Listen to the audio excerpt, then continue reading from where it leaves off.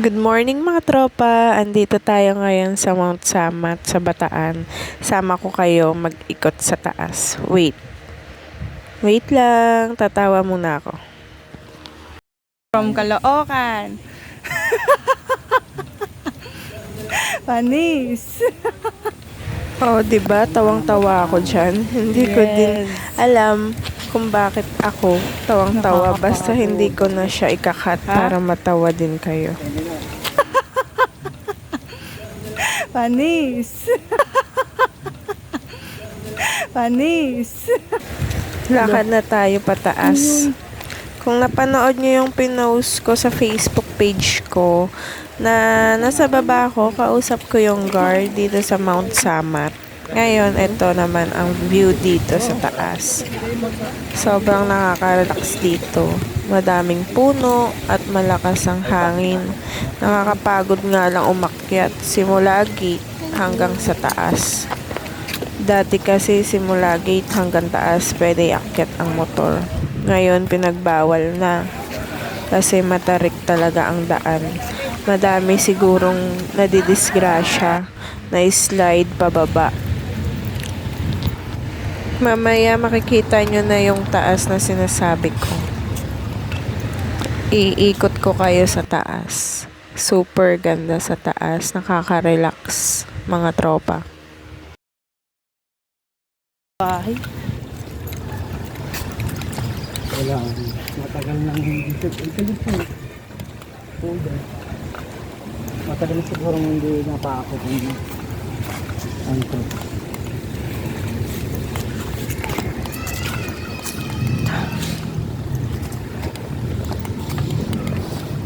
Oh, may basilaw.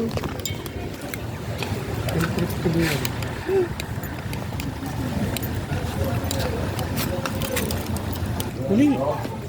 And finally, ito na nga yung taas mga tropa. Kitang-kita kayong ano. Oh, diba?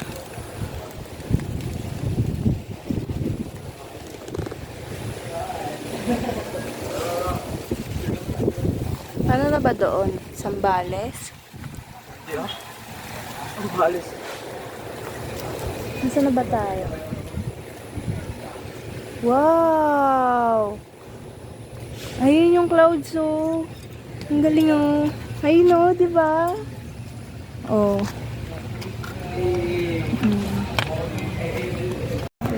Yan, ang makikita dito sa taas, malaking bala. Malaking bala ata yan. Basta dyan na yan, di pa tayo pinapanganak.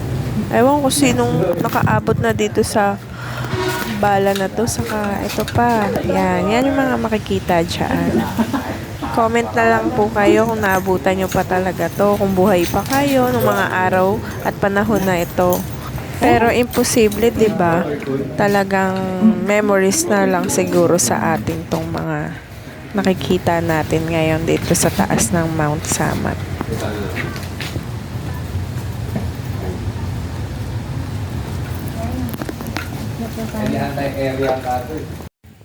Yan na lang na ganyan. Ito pa ang isang makikita dito na nakalagay mismo sa akin, nakatayuan niya. Siguro dati yan talaga ang ginagamit nung panahon pa ng may gera. Kinakasan nila tapos yung bala na yan, yun yung sasabog sa malayo. Basta nag-e-enjoy ako.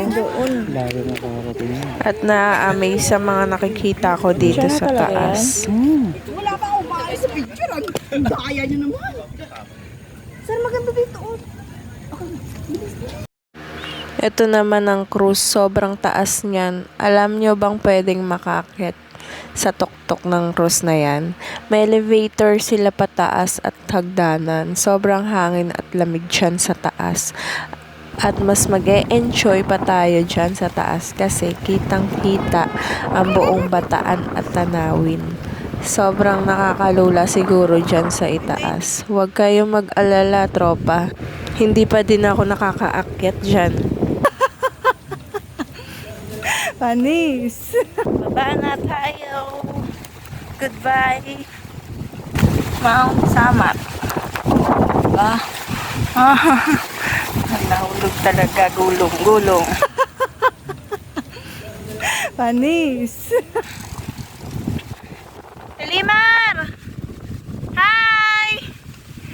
Hi! Hi! Hi! Bye-bye!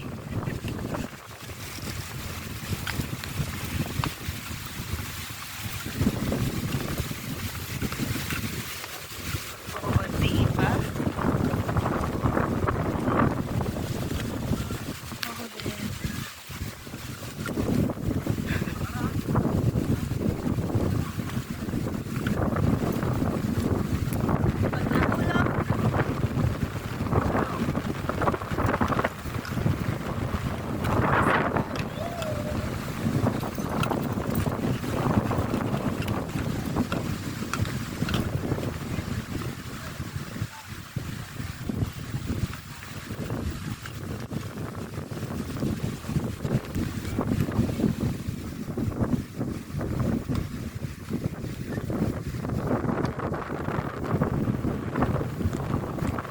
Mga tropa, totoo nga na hindi pa ako nakakaakyat taas ng cross na yan. Kaya pangatlong balik na ako dito sa Mount Samat. Dahil gusto ko talagang makaakyat sa tuktok ng cross. Noong unang punta ko, hindi talaga sila nagpapaakyat sa cross. Yes, sa cross lang po.